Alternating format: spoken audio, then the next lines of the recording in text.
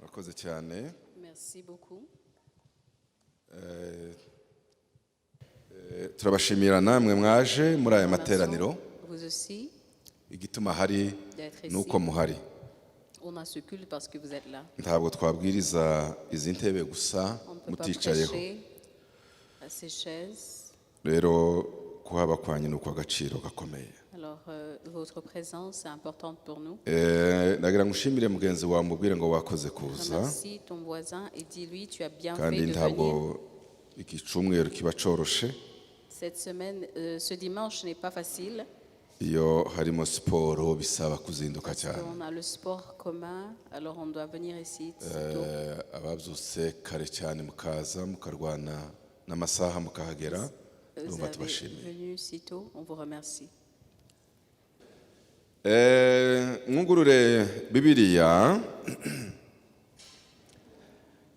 turiga mu gitabo cy'ibyakozwe n'intumwa igice cya 16. Actes des apôtres, chapitre 16.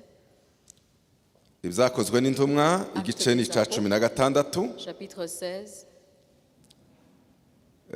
Turahera ku murongo wa 6 à partir du verset 6 turageza ku murongo wa 40. jusqu'à 40. Icyo gice cyose Tout ce chapitre. nicyo turi bwigeho. Teme yacu Et le y'uyu thème munsi d'aujourd'hui, iravuga ngo guhishurirwa bidufasha kugendera ku gihe cy'Imana. la révélation nous aide à marcher dans le temps de Dieu. Ndabishimangira kugira ngo mwumve neza niho bidufasha gukurikira. Vraiment insister sur ceci. Guhishurirwa La révélation bidufasha kugendera nous aide à marcher ku gihe cy'Imana. selon le temps de Dieu. Teme dufite iravuga hejuru Et notre yo thème, kugira amaso y'umwuka c'est d'avoir les yeux spirituels kugira ngo Imana ifungure amaso yacu tubone. pour que Dieu puisse ouvrir nos yeux spirituels, qu'on arrive à voir. Iyo Imana yafunguye amaso yawe Quand ukabona, Dieu ouvre tes yeux, tu arrives à voir. iyo Imana yaguhaye uwo mwuka wo Quand guhishurirwa il te donne cet esprit de révélation, bituma ubuzima bwawe bwose udahusha igihe cy'Imana. il se fait que ta vie, dans ta vie, tu ne rates jamais le temps de Dieu. Kubera ko hari igihe cyawe hakaba n'igihe cy'Imana, Il y a ton temps et celui de Dieu. kandi igihe cy'Imana nicyo cy'agaciro gakomeye. Et le temps de Dieu est plus important. Hari igihe wowe ushaka kwihuta kandi Imana yitonda. Des fois, tu veux faire les choses à la hâte, mais Dieu Iyo veut que wihuse tu rero fasses ntugire icyo doucement. usarura, Et quand tu vas à la hâte, des fois, tu n'arrives pas cyangwa à se trouver ce que tu cherches. Imana yihuta wowe ukitonda. Et des fois, Dieu fait les choses rapidement et toi, tu n'es pas Icyo gihe rero rapide. iyo yagusize ugira ikibazo Quand gikomeye. Dieu te laisse, tu as des problèmes. Imana igashaka kubiba muri icyo gihe wewe ntubibe. Dieu veut que tu trouves la moisson cette saison et toi, Wowe ukabiba igihe itagusabye kubiba. que tu sèmes, mais toi, tu n'es pas au temps de Dieu. Imana ikagena igihe ugomba kubwira umuntu ukamubwira ijambo ntaba ari cyo gihe uvuga ukavuga igihe cyawe. Et Dieu t'ordonne un temps à parler avec quelqu'un et tu ne le fais pas. Igihe wagendanye n'Imana iyo uvuze arumva vuba, wagenda mu gihe cyawe wavuga ntiyumva. Quand tu marches avec Dieu et que tu parles à une personne, la personne arrive à te comprendre. Et le Igihe contraire est cy'Imana, aussi possible. igihe cy'Imana Le temps de Dieu ni ngombwa est très important kugishurirwa no kukimenya. pour que tu puisses vraiment comprendre sa révélation. Igihe cy'Imana rero kenshi ntabwo tukibwirwa n'amaso y'umubiri. Et des fois, la plupart du temps, ce temps ne nous est pas révélé par nos yeux. Birasaba ko duhishurira. C'est vraiment une révélation. Nkuko ibihe bishobora kuba bitanga information itariyo. Les temps peuvent nous donner une fausse information. Iby'amaso yawe areba ugasanga imvugo biguha ntabwo bihwanye n'imvugo y'Imana. L'information que nos yeux corporels nous donnent est très différente ou est contraire au temps de Dieu. Ubwenge bwawe icyo buguha ugasanga ntibujyanye n'ibitekerezo by'Imana. Ce que ton intelligence te donne peut être contraire aux pensées de Dieu. Igituma kenshi tunanirwa niyo mpamvu. Et voilà pourquoi on échoue. ariko umuntu wamenye inzira neza niba igihe cy'Imana ahorana insinzi. Mais la personne qui a bien compris le temps de Dieu reste victorieuse. Ndagira ngo manze nsome mu migani mwumva ijambo ry'Imana uko rivuga igice cya 19 umurongo wa 21. J'aimerais qu'on livre dans Proverbe 19, 21.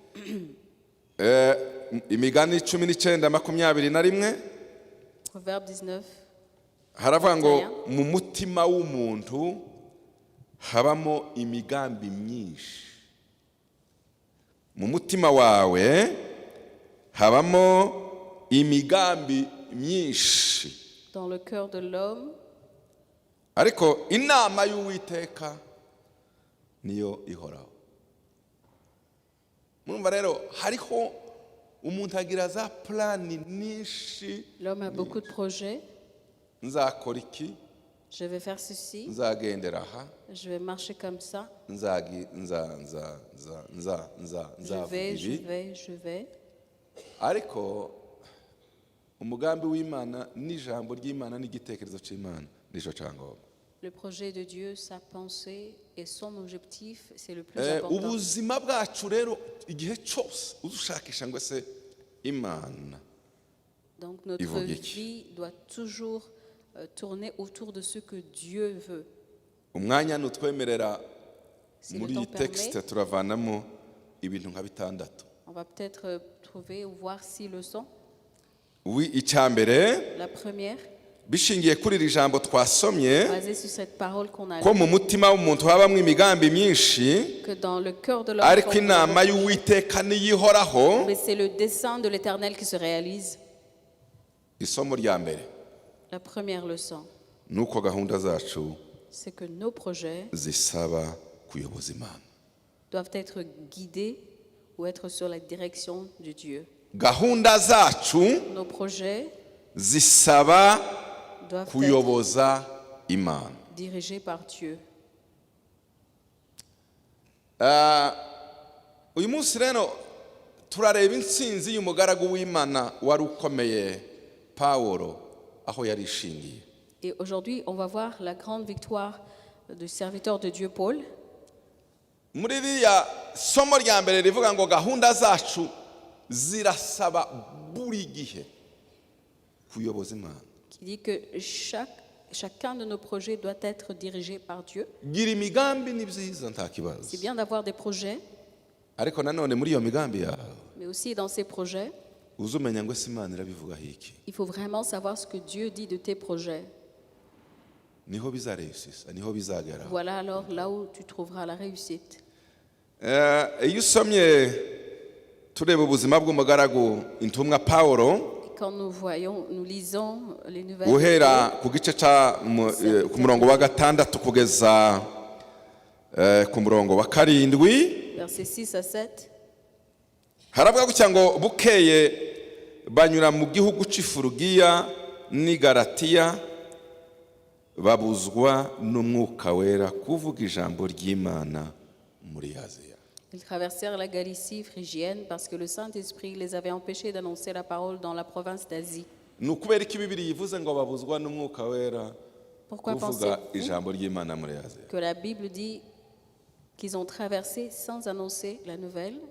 Parce que le Saint-Esprit les a empêchés. Nusoma Bibiliya Quand vous lisez la Bible, uzasanga Pawulo yaragize ingendo z'ivugabutumwa 3 zikomeye. vous trouverez que Paul a fait 3 visites ou 3 voyages d'évangélisation importants. Kandi izo ngendo z'ivugabutumwa ntabwo ari nko kuvuga ngo ni cyumweru Ces kimwe. voyages d'évangélisation ne veulent pas dire une semaine. Hari aho yageze agenda akagira mu mujyi umwe gusa akagira imyaka 3, Des fois, il faisait 3 ans, ahandi akagira umwaka n'ibindi. d'autres fois 1 année et quelques. Ugiye kureba carte y'ingendo z'ivugabutumwa za Pawulo Et quand vous wareba observez la igihugu carte yagezemo ugatanga. d'évangélisation de Paul, vous pouvez être étonné par le nombre de pays qu'il a visités.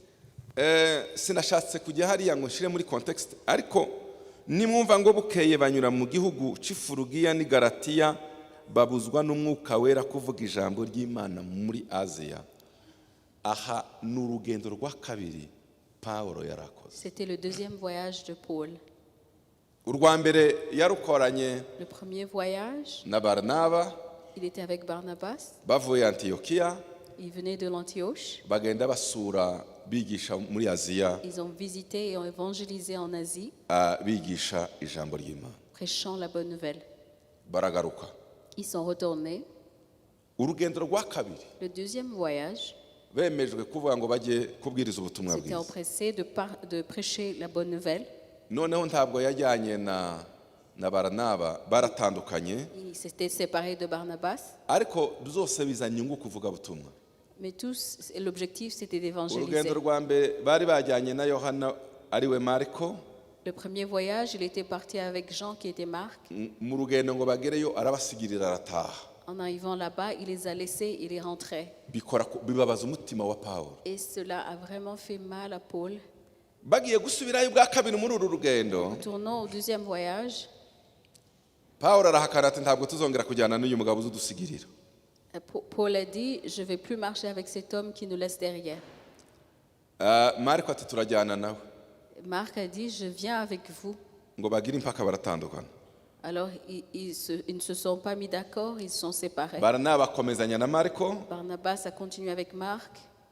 Pawulo afata Sira barajyana. Et Paul est parti avec... Buri muntu wese afata direction ye. Et chaque personne a pris sa direction. Usomye neza Baranaba yagiye Kupuro ajya Chypre, ajya Kipuro. Et Barnabas est parti en Chypre. Pawulo nawe apanga plan yiwe yaho agomba kunyura. Paul a aussi planifié où aller.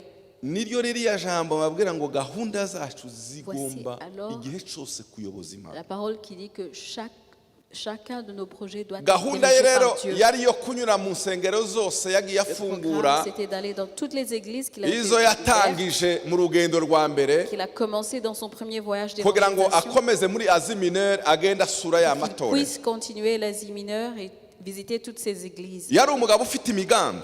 C'est un homme avec des Yari projets. umugabo wapanze gahunda y'ibyo agomba gukora. C'est un homme qui avait planifié des choses à faire. Kandi ikintu gitangaje Ce qui est vraiment étonnant, gusura ayo matorero wari umurimo w'Imana.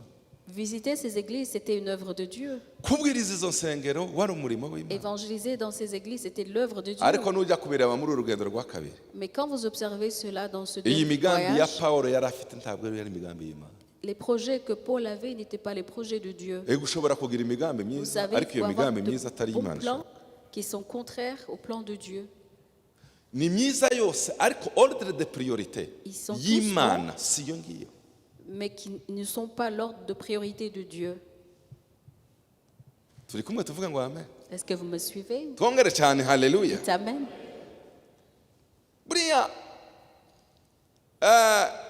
Imana ibwira Musa iramubwira ngo urabizi Musa Quand Dieu parla à Moïse et lui dit, nemeye kuzajyana namwe mu rugendo rwo bava mu Giputa. quand il quittait l'Égypte, je marcherai avec vous. Atariko rero kugira ngo mbayobore neza tujyane. Mais pour que je puisse bien vous diriger, Ku manywa nzaba inkingi y'igicu. pendant la journée, je serai une nuée, Nijoro mpinduka inkingi y'umuriro. et le soir, je serai une nuée de feu. Kandi ikindi Et autre chose, ntabwo nzaje inyuma nzajya imbere. je ne vais pas aller derrière, je vais aller au-devant. Kugira ngo nimuzaza mubonaho igicu kinyuze ku Pour manywa à ariwo chaque fois mukurikira. que vous verrez la nuée, vous la suivez. Nimubonaho inkingi y'umuriro inyuze Chaque fois nijoro que aba vous ariho verrez le munyura. feu, restez Muja là. muhaguruka mpagurutse. Levez-vous Muhagarare lorsque mpagaze. je me serai levé et arrêtez-vous lorsque je me serai arrêté. Bigaragaza ngo Pour vous dire kuyoborwa n'Imana Qu'être dirigé avec Dieu, bimuhara intsinzi. par Dieu, vous amène à la victoire. Aba bagabo Ces hommes, Pawulo na Sila Paul et Silas, banyuze mu gihugu mu ivugabutumwa Furugiyo n'i Galatiya, traversaient la umwuka Galicie arababwira phrygienne ati stop, et le Saint-Esprit les a arrêtés. sinshaka ko munyura Il hariya. les a empêchés de continuer.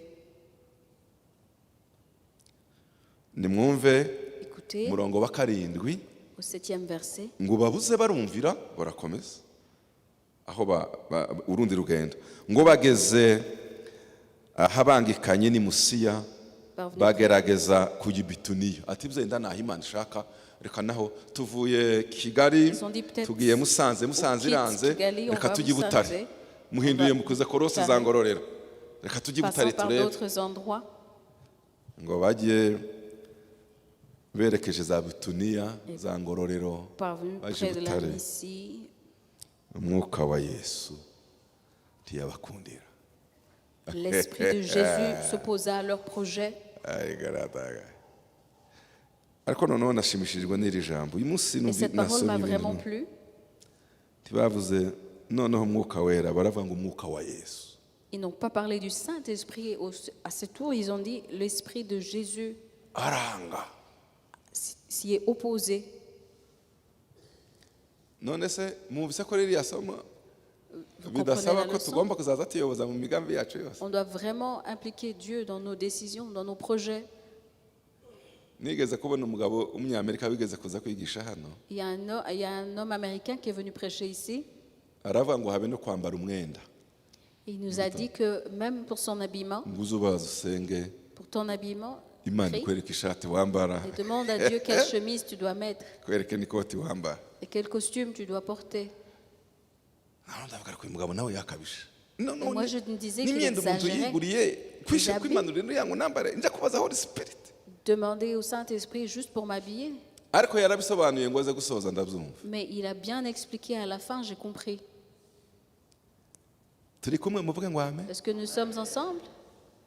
Uyu mugabo Paulo iyo agaragaza kubwiriza Bituniya Si Paul avait prêché en Bithynie, kandi atariho Imana yagennye alors que Dieu ne l'avait pas accordé, yari gusanga ibisarurwa bitarera. il n'allait pas trouver une moisson. Yakubita akazasa n'uwakubita ku rutare. Il pouvait peut-être évangéliser sur un rocher. Muzi igituma muza dukubita twumva ko Vous turakubita savez ku rutare. pourquoi quand on évangélise, on sent Ko qu'on murakubitaho évangélise Imana sur un itabanje rocher? gukomanga. Parce que vous frappez, vous semez là où Dieu ne vous a pas Uzi ko hari permis ahandi de tuza semer. dukomanga gutya waza Il y a des urugira fois où- ukijyana. Ngo ariko none wowe kurakoraho Imana yabanje gukora Vous, icyo ne- Imana vous yanyeganyije toquez iyo là où wiyorekeje Dieu ne kiganza vous a pas kirijyana. permis de toquer. Sifa kwa Mungu. Gloire à Dieu. None se ntimurabona ko abantu mutatuvuga ngo ariko uyu muntu ngo aza yagira ngo yahiriwe yagira ngo yahiriwe yagira ngo yahiriwe ese we yabaye ate buriya Vous ne ni igihe remarquez pas que cy'Imana des fois, yajyanye naco. vous trouvez une personne impossible, mais voilà, ce n'est pas le temps de Dieu. Zane abantu baza bahagarare baza batinyuka cyane Des nimuze fois, ndabasengana je remarque des gens qui osent vraiment. baheze ibi nibi wewe utangikiwe ugira iki Quelqu'un peut se vanter de donner des choses. abakeneye amaviza mwese nimuze hano bashira ufite zingahe kutarazisengera nawe uyubagare ubyikorera uba ufite izisi yose kuko ndabaza banga kuvoyaje. Imana iyo yagutunze urutoki kavuga ngo Quand naha Dieu te nkunyujije pointe du doigt pour te bagira dire, bate ne fais pas bazana ceci. ibiki Quoi c'est qu'il automatique. puisse faire, c'est impossible. Niba babwiye ko izihabwa ruswa ntabwo izihabwa ruswa. Hari abantu usugira ngo none nibo bafashe ifunguzo ry'ijuru Il y a des gens qui se croient qui ont les bakama clés bifatira abantu mu du gipfusi paradis. bakakumanipira Ils uko manipulent les gens. uko ashaka. Wewe yoboza Imana ikubwira igihe icyo ugomba gukora. Demande à Dieu ce que tu dois faire. Tibizasama n'Imana nikuyobora ukavuga ngo yes dore Quand on va te ndakweretse diriger, tu es d'accord.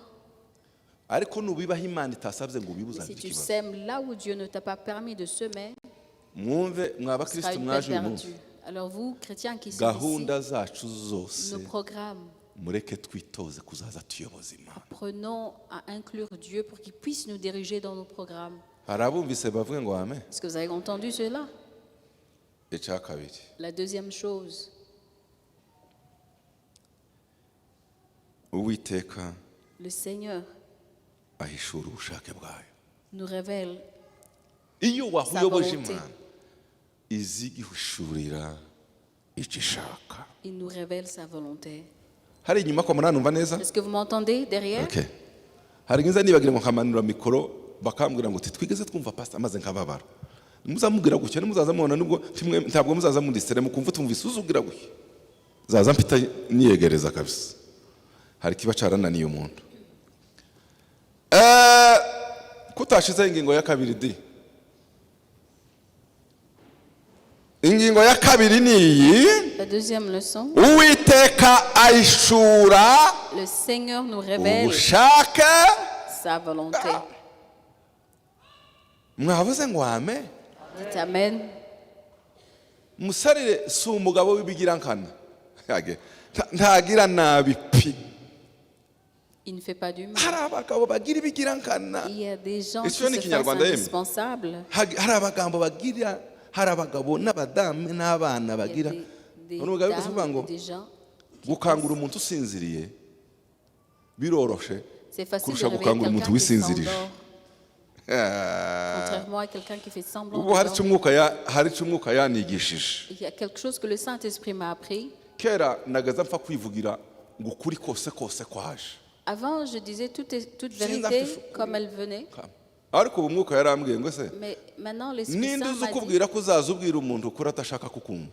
qui t'a dit que tu diras aux gens la vérité alors qu'ils arakuzi ne sont pas prêts? ariko afite ibigirankana bwo Ils kudashaka savent kubyumva. ce qu'est la haba vérité. naho Ils ont des uzahonda empêchements pour comprendre cette bafite vérité. ibigirankana Quoi ntabishaka. que tu fasses, ils vont écouter lorsqu'ils seront prêts d'écouter la vérité. kubwira rimwe kabiri bya gatatu nabona ko Je wisinzirije disais une fois, deux fois, et kareka après, vous imana faites ifite semblant ubushobozi de bwo dormir. kuzakangura n'abisinzirije Et alors, yigukubise je urushigaho uza ukanguka. Mais quand Dieu te frappe, tu te lèves. Imana ntigira ibigirankana, iyo uyiyoboje ntiza Quand Dieu vous yisinziriza, demande des directives, il le fait. Il il ne fait pas suffit ko semblant de dormir. ugaragaza ko tu es Il faut juste que tu sois disponible, disponible, ushaka kubaza inama que tu es vraiment, tu veux savoir le plan de Dieu. mureke mbabaza. Gideyoni yabajije Imana ngo Gédéon a demandé à Dieu, njyewe noshobora gukiza ubwoko bwacu abamidiyani. est-ce que moi je peux secourir ce peuple? Ati yesi niwe nahisemo. Et Dieu lui a dit, oui, tu peux. Ati mpa ikimenyetso. Il lui a demandé, montre-moi un signe. Nibyo ushaka, urangije inama kugira ngo umenye neza kuri ube shuwa. Yes.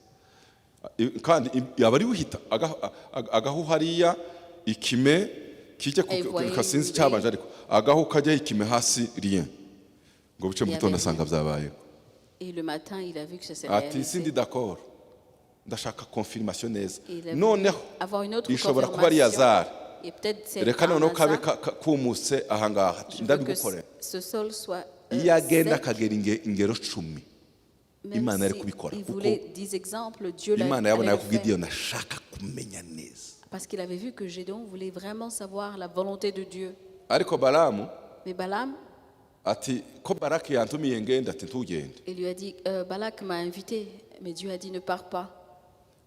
Atumye ati mugende mubwire ngo Imana yanze, ngo atuma abandi Il a bakomeye ngo envoyé avuge ni feza Un nyinshi. messager pour dire, Dieu a dit non. Il a envoyé Baraki beaucoup de avuze ati présents. nyabona en or. ngwino nzaguha byinshi, umutima we Balak urakangwa n'izo disait, nyungu. je vais te donner beaucoup de présents en or. Asubira Et Balaam a été kujya kubaza impressionné. Imana, Il est retourné demander à ese Dieu, harya Mana nkubaze, Il a ese dit, harya Seigneur, wahakanye? Imana tu as iramwihorera. toujours dit non. Et Dieu a dit non. Yabonye ko ashaka kumenya, yabonye ko yinangiye kubera ko azi ukuri Il yakumenye, n'a pas ariko vu inyungu qu'il zamukuru. voulait faire Imana sa iramwihorera. volonté. Il voulait juste que Dieu change d'avis. Maze ikigabo cy'abandi curira, mubwo Imana yacecetse yurira Et comme ifarashi. Dieu s'était tu, il est monté à cheval. Ndagutema amatwi uyu munsi uribonera. Et Dieu lui a dit qu'il allait lui montrer ngo qu'il aje était. kugira atya neza Et quand il est monté à yafashe ce cheval, marayika ufite inkota asanga yayitanze. L'ange avec Yayibonye. une épée s'est bloqué, s'est mis à chemin. Ingamiya ibura aho inyura, Et le cheval a perdu chemin. agakubita iraruhira amubwira ati ariko Il frappait le boss, cheval. À un moment, on boss, lui a dit, ntabwo Maître, habibona uyu mugabo uri ne imbere. vois-tu pas cet homme devant nous? Koko Imana yageze igihe imwitanga n'inkota Et ariko Dieu itamubwiye. s'est imposé à l'épée à travers son ange. Si uko Imana itagira ubushake, C'est pas que Dieu n'a pas cette volonté. igira ubushake iyo Il a wayumviye cette izi kwera. volonté quand tu l'as entendu et tu veux le suivre. Pawulo Paul, umwuka yamubuza ngo ntunyure agahagarara, quand l'esprit lui disait ne pars pas, il s'arrêtait. umwuka yanze. Il disait l'esprit a dit non. Bituniya no, Bithynie, non. Firugiya no, umwuka Phrygia, yanze. no. Siko dusomye ku mirongo ibanza. C'est pas ce qu'on vient de lire. Pointe ya Sixième kabiri verset. nuko Imana izihishura ubushake bwayo. Dieu nous révèle sa volonté. Umurongo wa 9 Verset 9. haravuga gutya ngo nijoro Pawulo ararota, Là, abona umugabo w'umunyamakedoniya ahagaze amwinginga ati ambuka uzi Makedoniya udutabara. Là, Paul eut une vision au cours de la nuit. Un Macédonien se tenait devant lui et suppliait, viens en Macédoine et secours-nous.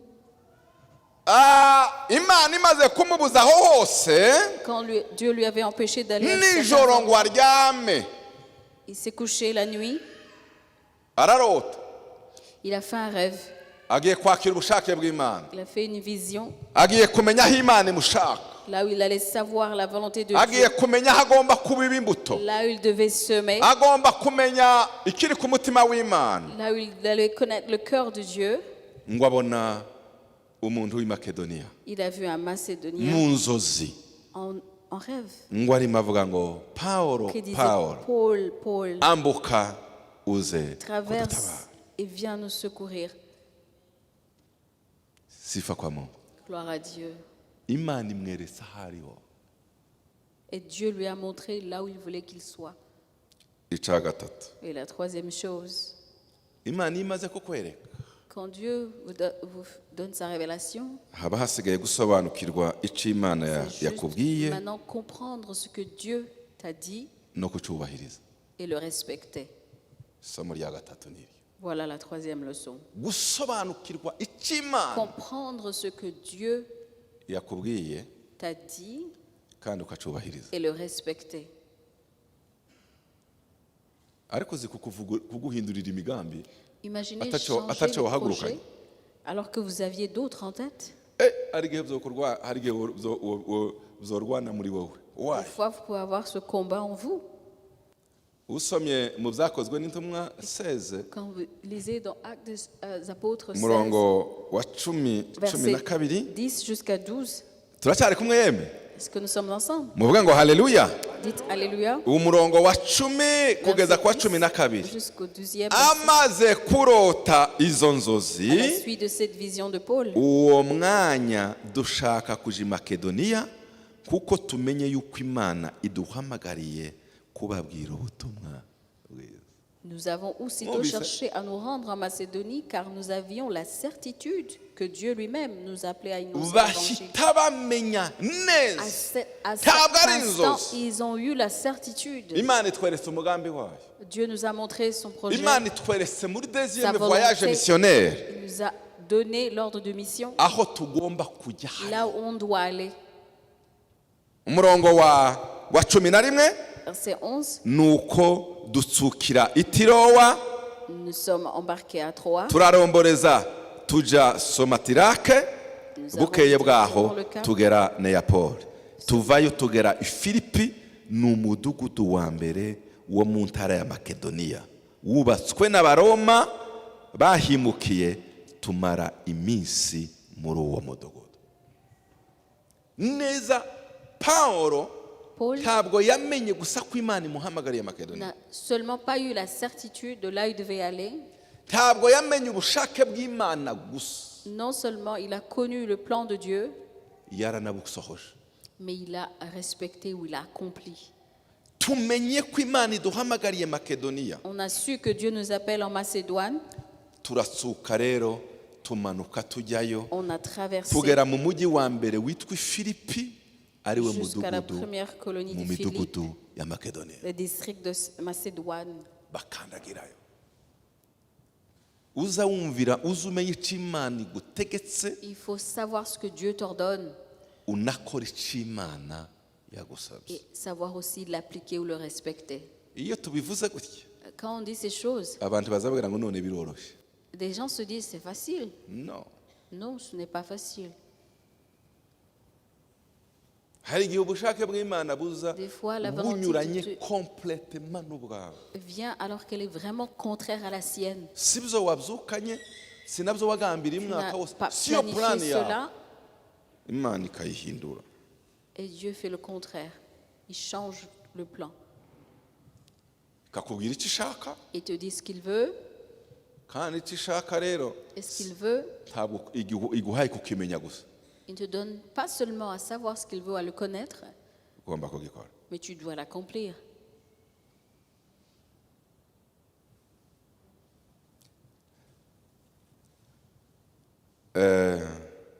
Icya kane, La quatrième leçon, icyerekezo twahawe n'Imana La directive qui nous est donnée de Dieu, tukijyanayo nayo on tukijyanamo marche nayo avec lui dans cette directive. kandi ikirongera. Dore inyungu sasa ikomeye. Alors voici les avantages qui viennent avec icyerekezo twahawe n'Imana la direction, les directives qui nous sont données de Dieu. tukijyanamo nayo, Il marche avec nous. kandi iyo turi kumwe nayo ija yirongera. Mbabwira ukuri bakirisitu, Chers chrétiens, ntabwo wafatira Imana ku ijosi ngo peux pas uyinjize mu forcer migambi Dieu. itatangije. Ntibishoboka, never. et lui forcer à faire ta volonté, c'est impossible. Ntabwo Imana izijya inyuma si umurizo. Dieu ne va jamais Imana ni derrière. umutwe. Ce n'est pas une queue, mais il est la tête. Uzumara kwitangiriza ibyawe Tu planifies tes projets akabwira Imana ngo Mana ngo ngwino ubijyemo. et tu dis à Dieu, viens, marche dans mes projets. Ninde bakubwiye ko Imana uzishogeka aho ushaka? Dieu n'est pas invité dans tes projets. Yakubujije umugabo, Il t'a empêché cet homme, ikubuza umugore, il t'a empêché cette femme, uranga. et tu as refusé. Ngo bimare gukomera urugezemo, ukavuga ngo ngwino Mana utabara. Quand les choses sont devenues dures, tu appelles Dieu pour venir te secourir. Iki Comment?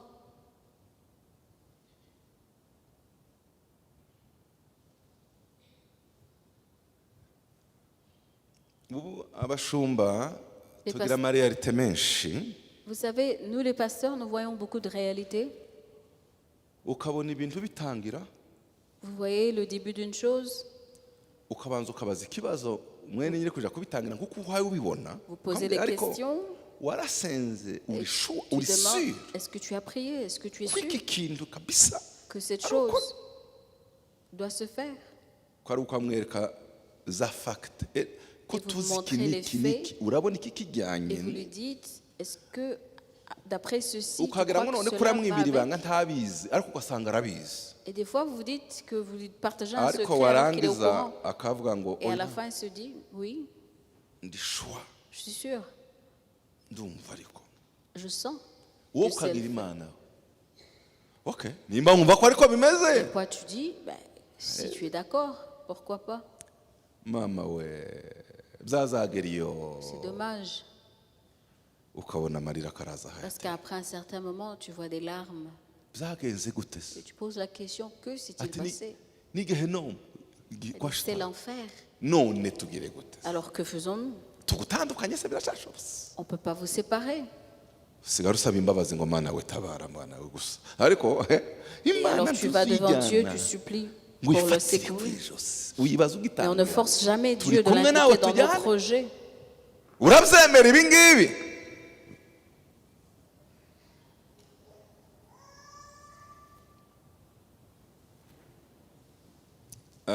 Nza ndeba habe no mu mihamagaro Et je vois aussi, quand il s'agit des appels, abantu bigana abandi niho il y a des gens haryoshe, qui imitent les autres. niho hazatanga umugisha, niho haba Ils ifaranga, se disent, niho c'est haba là où il y a icyubahiro. l'argent, il y a l'honneur. Ugiyeyo n'Imana niyo yakubwiye ngo ari uja kubiba.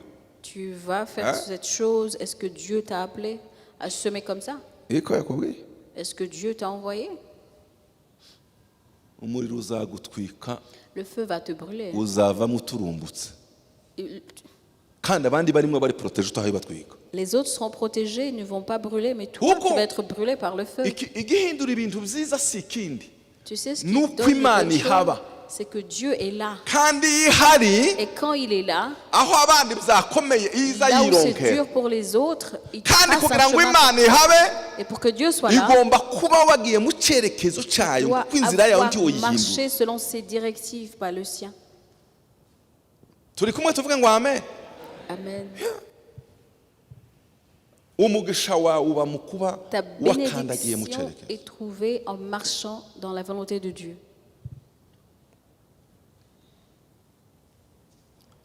Anza gusenga Imana ariko Mana nibyo cyangwa se byo? Ukabona ngo Dieu, abandi bakoze uko bakoze ngo est-ce nawe que c'est urabyigana, vrai ou urabyigana se nibyo byawe? Tu vas faire comme les autres, Non. mais ce n'est pas tes projets.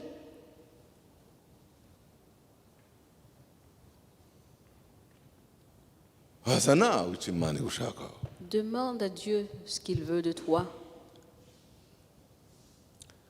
Ikindi kiza kinezeza Pawulo yakomeza akaza za Pendant Bituniya la joie, akajya Paul he marche vers Bithynie, ici et là. yari yijyanyeyo, Il était parti de lui-même. ariko amaze kwerekwa n'Imana ngo Mais quand itirowa Dieu lui a arasuka ajyayo, montré aja muri de direkisiyo y'Imana. traverser vers Troas, il a Ni su qu'il igihugu allait atana. continuer selon le chemin de Dieu. Mureke mbereke umugambi w'Imana. Dieu Aravuga ngo barasuka Ils sont traversés baramanuka Ils bagera sont descendus mu mujyi w'i Filipi, jusque niwo mujyi wa mbere, dans la niwo colonie mujyi romaine de mu Philippe. mijyi y'i Makedoniya. la première ville de Macédoine. Ni mu Bugiriki, C'est en grec. kandi yari asanzwe En abwiriza muri Asie Mineure, muri Aziya. Et en principe, il évangélisait dans les Imana séminaires. iramubwira ati sasa urugendo rwa Et kabiri Dieu lui a dit, au second voyage, singushaka muri Aziya, je ne te veux pas en Asie, ndashaka ko wambuka uje i Burayi. va en Europe. Ni ubutumwa bwari bwinjiye bwa mbere C'était la i Burayi. première fois que l'évangile avait été amené en Europe. ariko we yaragihakarikira za Aziya. Mais lui, il préférait l'Asie. Ubushize narabwiye ngo umuntu w'umwuka Je tuzi dis- umwumva. Vous pouvez connecter avec une personne remplie de l'Esprit de Dieu. Aza yicara ahantu igihe abantu batekereza ko yari kugenda, akagenda igihe badatekereza ko Il yagenda. s'assit quand les gens se disent qu'ils doivent avancer et ils avancent quand les autres se disent qu'ils doivent s'asseoir. Iyo naganiriye n'umuntu nkamureba Quand akambwira je ngo parle kabisa avec quelqu'un, il me dit sincèrement, ndumva Imana yambwiye, je sens que Dieu m'a dit. ndumva Je sens que Dieu m'a dit. uwo muntu tukamwita kuko aho ajya nuko ameze, Vous devez le respecter parce que là où il va et kuko son uyu attitude, muntu ni muzima. je veux dire, est-ce que cette personne est normale? Nigeze kuganira n'umugabo umukozi w'Imana Je parlais avec un serviteur de Dieu. tureze, arambwira ngo urabizi Et il pastor, m'a dit, tu sais, pasteur, ati ntabwo nza nkangwa n'ibyuzuye, je ne suis pas impressionné par ce qui est plein. ati ngapfa kumva gusa ko Imana imbwiye ngo Je sens Wa- seulement wabaye ce que Dieu me dit. uza wumva uri muzima. Twaganiriye Et moi, j'étais étonnée. Je lui dis, est-ce que ça, c'est normal? impamvu buriya iyo uja wumva Imana kaza wumva icyo Imana ikubwira, Quand vous entendez ce que Dieu vous dit, binyuranya kenshi n'ibyo abantu bavuga. des fois, c'est contraire à ce que les gens pensent. kandi iyo wemeye ukajya mu cyerekezo Imana yaguhaye, Et quand vous acceptez de marcher selon les directives de Dieu, Imana izijyana nawe kandi yagerayo ikirongo. Dieu marche avec toi. Nicyo gituma hariya Bibiliya ivuga ngo umunyamwuka ntawuzi umurondora, ntiworondora C'est umunyamwuka. pour cela qu'il est difficile de vraiment connaître ou sonder un homme plein de l'Esprit de Dieu. Bwana asifiwe, Gloire à Dieu, Bwana asifiwe. gloire à Dieu. uwo ahantu kubera ko Imana yagutegetse yemera kuhaba, yavuga ngo igihe cyaha kirarangiye Tu ugahaguruka. dois être là où Dieu veut. Nkora uyu murimo mbona umereye neza unteza imbere, Imana ikambwira ngo nguhaye ikindi cyerekezo. Tu marches, Ntukagende. tu accomplis des choses et Dieu Ah, te dit, vous change de avez ça. direction. Uwo wakunze Tu as aimé quelqu'un, kumva ni wowe wagize gutya, niba ufite et tu ibintu dis, byinshi, il fait ceci, il niwe fait cela, il a beaucoup de yari choses. yujuje c'est za lui. kritere numva Il zafasha no mu buryo remplissait tous bwose. les critères de Imana sélection. ikakubwira ngo yasuye ngo Et Dieu te dit, non, c'est pas lui. n'uyu Il te montre une uyu autre nguyu ufite personne. urukweto n'ishati Celui-ci avec Niki, gusa. Ah, une sinzi chaussure aho et uzabibeni, une ça, c'est toi, Seigneur. chemise. Oui. mwese mwasubiramo ngo ubushake bw'Imana Répétez la volonté de nibwo Dieu buzabukingura ibintu kandi nibwo buzabutuma qui umuntu yiranga. ouvre les ikintu choses. cyantangaje reka Une chose qui m'a nihute, vraiment surprise. turacyari kumwe tuvuga ngo Est-ce que vous haleluya. suivez toujours? Iyo usomye umurongo wa 13 na 15 nimwumve de 13 à 15, acte 13 16, 15 chapitre 16. ku munsi w'isabato nimba mwakurikiye byenda tuvayo tugera Filipi, reka mbere aho mwumva aho twagarukiye. 13e verset. Ni umudugudu wa mbere wo mu ntara y'i Makedoniya wubatswe n'abaroma bahimukiye bagejeje y'ibirenge. Tugeze sasa kuri iriya ngingo. Ku munsi w'isabato tuva mu mudugudu tujya ku mugezi inyuma y'irembo, dukeka yuko hariho ahantu ho gusengera. Turicara tuvugana n'abagore bahateraniye. Umugore witwa Rudiya waguraga imyenda y'imihengeri wo mu mudugudu witwa Tuwatira, wubahaga Imana aratwumva. Umwami Yesu amwugurura umutima, mwumve, kugira ngo yite ku byo Pawulo yavugaga.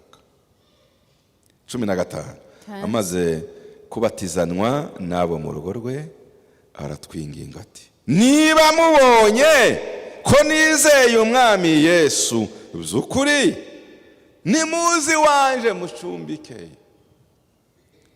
Araduhata. Muvuge ngo amen. Amen. Araduhata. Amen. Mu bintu bitangiye koreka. Vous comprenez alors ce qui se passe? Umudugudu batazi, tuzicara he, tuzaryama he, Une cité tuzarya iki, inconnue. ninde uzatuyobora, Comment tuzahera. allons-nous vivre? Qui va nous loger? Il se promène, baratembereye Alors ils se sont promenés, ngo bashaka gusa aho bogenda kuja gusenga, cherchons où aller prier. basanga Imana yabateguriye Et Dieu leur avait préparé irembo binjiriramo gufata umudugudu w'i Filipi une porte n'abazabacumbikira, et tous ceux qui vont les loger. kandi ntibagiye bagiye gushaka. Ils ne sont pas partis en cherchant ça. Uzasanga indogobe zihari. Vous allez trouver des ânes. Bwana asifiwe. Gloire à Dieu. Bwana asifiwe. Dieu. Imana yironke. Dieu a pourvu. Imana yama ihagurutse umugore usa n'uwafashwe n'amashanyarazi. Il amène une femme qui a l'air... amagambo y'umugabo hayavuga wewe muturutse ko ntari narumvise aya magambo kuba naba. Je n'avais jamais entendu ces paroles avant. Maze arakururwa. Alors elle a connecté. Aha, abarakijijwe arabatizwa. Elle a été sauvée, elle a été Ati baptisée. sinobareka. Il a dit, je ne peux pas vous laisser. Mfite inzu nini, J'ai une grande maison, ibyumba byinshi, différentes chambres, ibiryo bihagije, assez de nourriture. muzatura. Venez loger chez moi. Icya gatanu, La 5e chose. icya gatanu, muvuge mwese ngo icya gatanu. La 5e chose, Icyerekezo twahawe n'Imana la directive qui nous est donnée de Dieu. tukijyanamo nayo On marche avec lui kandi ikatuneshereza. et on arrive à vaincre. Ntiharimo provision gusa, Non seulement il pourvoit, harimo na protection. mais il y a aussi la protection.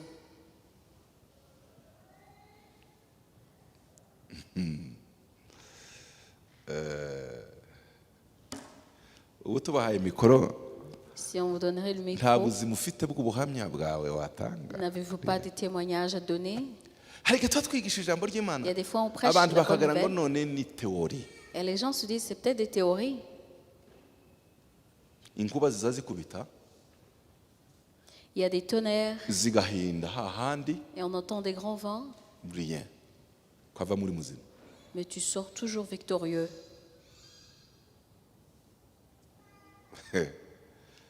Nigeze kuganira n'umukozi w'Imana, Imana yamwohereje kujya kubwiriza za mani, kandi bari za mani bari za hehiri, iramubwira ngo Je parlais ujyeyo. avec un serviteur de Dieu qui avait été ordonné d'aller prêcher dans des endroits un peu reculés. Ngo ashikeyo Arrivant baramwataka là-bas, kuko hari ahantu hakomeye cyane. Protection, tugakandagira muri zone wijyanyeyo wiganya abandi ne va jamais dans une zone sans la protection en imitant les autres, udafite ukuboko kurinze. sans avoir une main protectrice sur toi. Kandi kikurinda nuko uri aho Imana yakohereye. Et ce qui te protège, c'est d'être Kuko là où Dieu veut que tu iyo sois. kipa n'ibyo ari byose byawe kuko wagiye muri mission Parce niyo yonyine qu'il prend yabigennye. charge de tout parce que tu es sous sa mission. Muzarebe igihugu iyo cohereje umuntu mu ambassadeur Vous voyez, kiramuherekeza quand un pays kikamwesitara kiranamurindira aho ntiwo mukoraho. envoie un ambassadeur, il prend charge de cet ambassadeur. none imana yakohereza ahantu Alors niyo ifite Dieu amaboko make t'envoie munsi dans un endroit, yayo crois-tu qu'il est moins limité qu'un pays? imana izifata en charge Alors Dieu prend charge ya buri kintu cyose uko niwe de hakujyana toutes choses. Parce que maze c'est lui ngo qui t'envoie. bashaka kumwereka ngo bagire imbaraga bamutuma bakaza bamutuma inkuba gakubita gutya kamubirandura agahagarara kubita gutya kamubirandura agahagarara Alors, ils l'ont uzajye ihure nayo menacé et il s'est tenu ferme. maze udafite protection. N'essaie jamais de faire cela sans protection. Undi mugabo ngo ajyayo Un autre homme est parti au même endroit. ngo ashike baramubwira ngo se waje gukora iki ati naje Arrivant, on lui kubwiriza a Yesu demandé qu'est-ce que wewe tu fais. Je suis venu prêcher Jésus. subira iwanyu hakiri kare Elle lui a dit, utarahura retourne. n'ibikomeye subira iwanyu Retourne avant de faire face aux choses undi ati sinsubiraga imana yambwiye ngo très nzaha inquiétantes. J'ai dit, j'ai une maison. ati subirayo ko turakubwira ugenda J'ai izuba mis rikiva ça. Il lui a dit non. genda hakiri kare utaza gukorwa Retourne n'isoni alors qu'il est encore tôt. Undi atari Pour ko Imana qu'on ne niyo soit pas yantumye. causé de honte. ati sawa aryama Alors il est resté. mu ijoro ngo aryamye abarozi nuit, bose quand il s'est baho endormi. cyari igihugu kigize barakorana bose kugira ngo baje kumwereka imbaraga ngo bahagere ngo basanga inzu yose naho undi yiryamiye amatara karaka inzu yose yamyinduka L'homme de Dieu était endormi. turinjira mu nzu irimo umucyo umutara cyari maso ibabwira ngo Alors la aracyari maso maison était allumée. kugeza igihe bumvishe ubunyine ngo kwe ati wa muntu utazaryama barahunze basubiyeyo ntibaza bakoraga Alors ce amaso sont dès que l'homme était toujours debout, ils ont dusubireyo bwa reculé. kabiri Ils sont repartis la deuxième fois. ngo bashike basanga inzu yose yabaye urutare ibuye baza bakora hano Et quand bakabura ils ont umuryango vu bakora la bakabura maison, umuryango elle était bakora vraiment bakabura umuryango transformée en rocher. tangaza biragwira barataje Ils étaient étonnés, ils sont baragarutse retournés. umunsi wa gatatu La troisième fois, ils sont ngo revenus. bashike basanga iyo nzu iri mu nyanja hagati Ils nta ont mato trouvé que bafite la ngo bamwe maison était en pleine mer. Alors qu'il inshuro n'y ya avait même pas kane d'eau. shefu w'uwo mudugudu wa quartier nyine baba barabyirataga bizamuti byihishe n'imbaraga ni ku Alors, manywa ils ont araza discuté akamanywa avec ya le chef de cette région. Il est Asaba venu audience. en pleine journée, il a demandé une audience. aramubwira ngo yewe Il lui a urabizi dit, tu sais, twasanze uri umurozi kuturusha on a vu que tu es Un le grand plus grand magicien. sorcier, plus que nous. kandi ziruta izacu Et ta sorcellerie est plus ati ndiwe kabisa Important wa wundi que la- wihanga Et lui, il a dit, oui, wata Oui, je atari suis ko banza vraiment un umbwire niki sorcier. cyabikweretse ko wamenye ko ndiwe Et il a amubwiye posé la amakuru y'ayo question, majoro pour ijoro rya comment mbere as-tu twari su que turi j'étais aha. sorcier? Il lui a raconté le premier jour, le deuxième jour, le troisième jour, ce qui s'est passé. ati none ga naje ndi jyenyine ube kunkonjoreraho kugira ngo nanjye nzakomeshe Alors bagenzi il a dit, banjye est-ce que tu mbereke peux ko me ndi donner igihanganga un tout petit peu de ce que ube tu as? kunkonjoreraho ati ndabuguha Tu peux vraiment m'allumer avec un tout petit peu de ce que tu as? ati none ga mpereza n'ubu ati se mbuguhe ati ubwo burozi bwa mbere wowe ushaka buronyene n'ubwanyu ni Yesu Il a dit, n'imbaraga c'est zitegeka la izo puissance zanyu qui commande ati ni Yesu en Jésus. uyu waje kutubwira Le- uyu niwe wakoze c'est biriya niwe Jésus unetraliza qui a imbaraga fait zacu ces zose choses ati qu'on a vues. ngubwo ubu C'est uzabunetraliza ubundi celui-là. none uzigira ngo protection ya Yesu irangana n'abajya ba garde corps bakujya inyuma Crois-tu que la protection de Jésus est moins importante que les gens de sécurité qui te protègent? ikintu cyantangaje Ce qui m'a étonné, turacyari kumwe est-ce que vous suivez? muvuge ngo haleluya Dites Alléluia. 16 nimusoma kugeza 29 Verset 16 jusqu'à 29.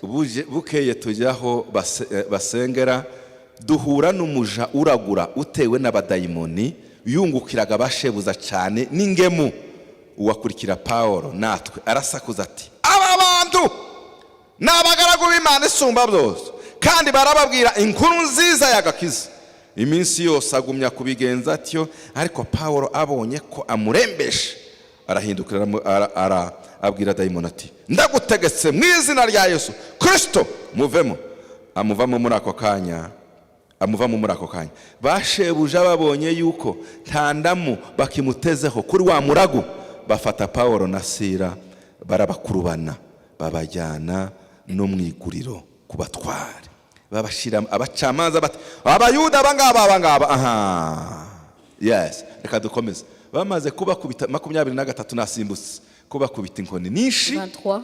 babashira mu nzu y'imbohi bategeka umurinzi kubarinda cyane tumumva ya ariko Imana ni gitangaza ibohereje ahantu Dieu les envoie dans un endroit, ariko ntiyabarinda gufungwa Mais il ne les a pas protégés contre la prison. eza ko bandi Pawulo ariko mana utuyobeje inzira Non seulement twari tu nous as twahisemo déroutés, nawe wadukururiye amakuba yo kuja gukubitwa izi nkoni mais c'est pour être battus. egero natanga reka mbabwire iki kintu muvuge ngo amen impamvu iyo usomye hariya kuri iyi ngingo ya gatanu Quand vous lisez sur la ikibazo 5e si ubutayu unyuramo si n'ibibazo wanyuramo les problèmes que tu traverses, icyangombwa n'uwo muri kumwe aho le plus hantu important c'est qui est avec toi kandi dans kubera ce ko moment. imana iri kumwe nawe Et comme bizarangiza Dieu avec n'icyubahiro toi, cy'imana n'intego Tu y'imana vas sortir glorieux. sema haleluya babata mu nzu hagati Ils ont été y'imbohe roués dans la maison de la grande place. nawe ategetswe 24 ategetswe atyo 24. abajugunya mu nzu hagati akomeza amaguru yabo mu mbago On les rattacha. 25 25. Paulo na Sila waliomba Paulo na Sila waliomba milango ya gereza ikafunguka milango ya ariko mu gicuku Paulo na Sila Et en matin, barasenga Paul et Silas baririmbira Imana ont prié. izindi mbohe zirabumva Et les autres uwo prisonniers les ont mwanya entendus. habaho Et en ce moment, igishitsi cyinshi imfatiro nzizo ziranyeganyega ahimidiwe les Yesu portes s'ouvrir. imfatiro nzizo zose Portes s'ouvrir ziranyeganyega à l'instant même. inzugi zose zihora ko zirakinguka iminyururu ya bose iradohoka uwo murinzi arakanguka abonye inzugi z'inzu z'imbohe zikangutse agira imbohe 28 nuko agiye kwiyahura Pawulo avuga ijwi rirenga ati wikwigirira nabi twese turi hano Amen. aha 29 atumira itabaza aturumbukira mu nzu ahinda umushitsi yikubita imbere ya Pawulo na Sila maze arabasohokana arababaza ati batware kwiriye gukora nte kugira ngo nkire nimwumve Écoutez, baramusubiza bati 31 izera umwami Yesu crois au Seigneur urakira Jésus, ubwawe nabo mu rugo tu seras sauvé. Et tatu na ceux de kabiri ta maison. bamubwiriza ijambo ry'umwami Yesu nabo mu rugo rwe bose Ils lui annoncèrent la parole de Dieu. mu gicuku ry'iryo joro arabajyana abuhagira inguma ahera ko abatizanywa nabe Et à l'heure même, en pleine nuit, wa le mugabo gardien agize lui ate prit. arabatijwe Il fut baptisé. arabazamura abajyana iwe arabagaburira Il amena dans sa maison, yishimana cyane n'abo mu rugo rwe bose leur offrit un kuko repas yizeye Imana et se réjouit avec sa famille d'avoir cru en Dieu. reka nsomere rimwe ndangize mvuge n'ingingo ya gatandatu dusoza ijoro rikeye nimwumve wa mugabo amaze gukizwa Après n'abo avoir mu rugo rwe bose sauvé, babatijwe Et les gens de sa maison, muza musoma bibiliya mwumve il faut vraiment lire la Bible en itatu comprenant. na gatanu 35. ijoro rikeye babacamanza batuma abasirikari babati rekura abo bantu aho babarekuye gute ko babafunze batsinzwe n'urubanza ko batabashishije kandi ku rukiko bababwiye ngo babarekure gute On leur dit de les détacher, laisser sortir de la mu prison alors buryo qu'il n'y a pas eu de bw'umwuka jugement. ntibafungiwe amakosa bafungiwe kugira ngo abari muri prison bakizwe intego Il irasohoye les a ouverts nibataha. pour que les gens soient sauvés. ntabwo bafunzwe n'abacamanza Ils n'ont pas bafunzwe n'ubushake été bw'Imana emprisonnés par les magistrats, mais par la volonté de Dieu. Imana nibona ko hari icyo ugomba gukora ikohereza Lorsque icyo tu vois izakoresha que tu cyose dois uzagera faire nikimara quelque kugera chose, il izakurekura va utiliser n'importe quel moyen pour l'accomplir.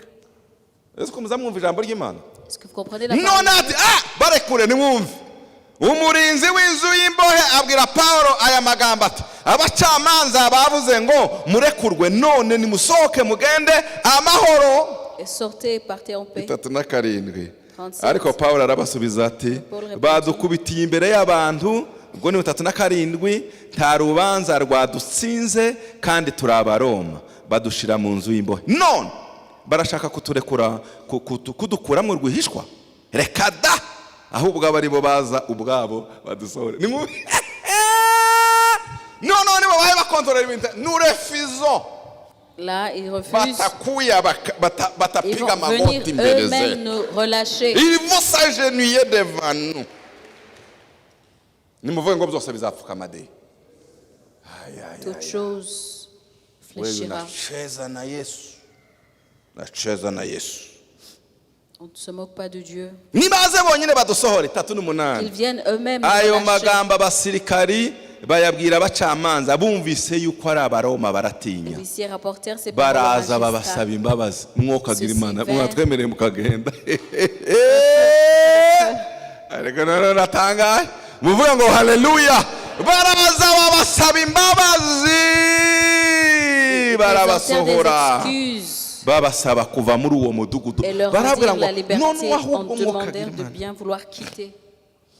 Bamaze gusohoka mu nzu y'imbohe À la sortie de prison, binjira kwa Rudiya, Paul et babona Silas se bene rendirent data, chez Lydie où ils se retrouvèrent. barabahugura baragenda. Ils les encouragèrent et ils prirent. Ubutumwa bwiza bwinjiye hehe? I Makedoniya. Ubutumwa bwiza bwinjiye hehe? I L'évangile est entré en Makedoniya. Macédoine. Rudiya yakishijwe Lydie est n'umuryango we, sauvée et sa uyu famille. musirikari warindaga n'umuryango we Et ce garde bakijijwe. prison est sauvé Imana avec ngo sa imare famille. kubaka igicaniro ikoresheje Pawulo Et quand mu Dieu Burayi, bâtit l'autel en utilisant kandi Paul, yabikoresheje kumucisha mu nzu il l'a yo fait gufungwa, en traversant la prison. ipfukamisha abari bamufunze ngo Et amare il a insinzi fait iboneka agenouiller hose. les gens qu'il avait mis en prison. Aja gusezera Rudiya wabacumbikiye. Et à la fin, il est parti Arataha. dire au revoir à Lydie et elle est rentrée. Nimuvuge ngo umugambi w'Imana urasohoye. Et la volonté de none, Dieu s'est accomplie. Le icya plan de Dieu gatandatu s'est rero accompli. nugisoma, Et la sixième chose, Imana ntitanga protection gusa. Dieu ne donne pas seulement la protection. Icya gatandatu, La sixième, niwemera kuja mu nzira y'Imana, si tu acceptes de marcher selon les voies de byose Dieu, bizafataniriza hamwe kuzana ibyiza, toute chose concourra bien gusohoza intego y'Imana. pour accomplir le plan de Dieu ou l'objectif de Kandi Dieu. ubuzima bwacu n'ubwo ngubwo, turiho gusohoza purpose. Nous vivons pour accomplir l'objectif de Dieu. Imana ibagirire neza. Que Dieu vous fasse du bien. Mu izina rya Yesu. Ngiye kureba nimba hari umuntu utarakira uyu mugabo ukomeye gutya. Ariko J'aimerais voir s'il y a quelqu'un qui n'a pas wobaho encore udatunze reçu umugabo cet homme nk'uyu uzi umera puissant. gutya. Peux-tu vivre sans cet homme puissant? Nimba ukeneye kwakira Yesu Si tu veux utaramwakira, recevoir Jésus et tu l'as jamais nyuma yo reçu avant, kumva ubutumwa bwo et après kubugendana avoir n'umugabo uzi uhindura entendu ibintu byose, cet évangile de cet homme qui fait toutes ces choses, ukaba utamufite, si tu n'as pas cet homme, niba ukeneye kwakira Yesu si tu veux uzamura ukuboko recevoir kwawe Jésus, lève ta main. muri iki gitondo ukaba waje muri aya Si materaniro, tu es venu ici en ce kumva matin ukeneye kwakira et Yesu, tu veux recevoir Jésus, uzamura ukuboko kwawe. lève ta main. Mwese murakijijwe. Vous êtes tous Imana sauvés? ibagirire neza. Gloire à Dieu. Nimuhaguruke rero. Levez-vous. Mbasabe Je vais vous demander, buri muntu wese agiye kwisengera. prie pour toi-même.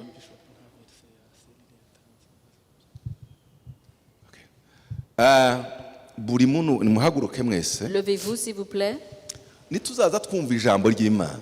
Lorsqu'on comprend ou on Nico reçoit la kintu parole de Dieu, muri iki gihe nibutsa cyane, c'est nuzaza ce urangiza que le kumva Saint-Esprit ijambo me rappelle ry'Imana, dernièrement. Quand vous uza entendez, wumva icyo Imana isomo ukuyemo essayez n'iri. de comprendre ce que le Saint-Esprit cherche à te dire. Nimufate Jeremy, mufate uyu mushuti, ubwira Imana ngo Mana, Dis au Seigneur, dore imigambi yanje niyi, voilà mes projets, ngaho nyobora, mpishurira ubushake bwawe. ordonne mes projets. Dore inzira zanje nyuramo n'izi, Voici mes voies, nyobora mu nzira zawe. guide Reka mes dusenge. voies. Prions ensemble.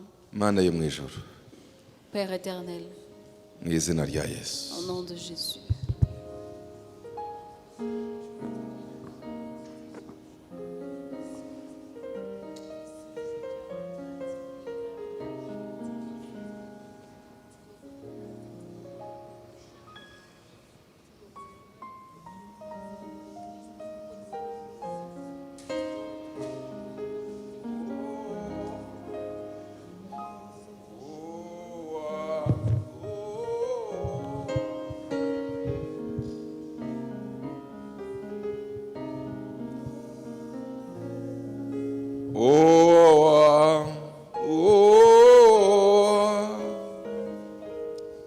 Mana wagize neza, uyobore abapapa b'iri torero, uyobore abamama b'iri torero, Les mamans de cette église, uyobore abahungu n'abakobwa b'iri torero, les jeunes hommes et les jeunes filles, mu de byemezo byose toutes bafata, les décisions qu'ils vont prendre, wewe wiheshe icubahiro. soient glorifiées. Ntitukiyobore na rimwe, Qu'on ne soit jamais dirigé par nous-mêmes. tuzayoborwe nawe ubuzima Soyons bwacu dirigés bwose. par toi toutes nos vies. kuko icyo cyerekezo nicyo kirimo umugisha, parce que ta direction est bénie. icyo cyerekezo nicyo kirimo intsinzi. Et c'est là où on trouve notre victoire. urakoze kuko waduhishuriye ibanga ryo kunesha. Merci de nous avoir révélé le secret de la victoire. ntitukagendere ku mvugo y'ibihe, Que ne marchions pas selon les choses d'aujourd'hui, tuzagendere ku mvugo yawe mana, mais selon tes kuko hari igihe directives. ibihe bidupuresi, Sans ibihe langage. bidusunika cyane, Des fois, les saisons, les temps, ariko tugatakaza igihe cyawe, tugatakaza inzira yawe, et nous perdons ton chemin, tugatakaza umwanya wawe. nous perdons notre temps. duhe kuba abantu bihangana Nous prions, Seigneur, que nous soyons patients kandi abantu basobanukirwa ijwi ryawe et des gens qui bakarimenya. comprennent ta voix. uyu wakijijwe mana tumusabiye Nous prions pour cette personne qui vient d'être kugira ngo uru sauvée, rugendo atangiye ajyane nawe, qu'elle marche avec toi dans ce nouveau chemin kuzageza umunsi azagera mu bwami bwawe. jusqu'au jour où elle sera dans ton royaume. tugiye kuja muri école de ministère, Nous allons dans nos écoles de ministère. tuganirize turusheho kumva no kubona, Parle avec nous mu izina rya Yesu au Kristo. nom de Jésus-Christ. Amen. Amen. Amen. Reka hari verse ya serire bayibashirireho mudataha mutayifite, On va mettre Bah, le projeter verset de hariya. la cellule. umurongo wa selule tuzaganiraho ejo. hobera mugenzi wawe mubwire ngo Embrasse ton prochain wakire ijambo ry'Imana, et dis-lui, uyoborwe reçois n'Imana la mu buzima parole de bwawe Dieu et bwose. sois dirigé selon sa parole. Reka babaheze verse ya serire. Meneze usingize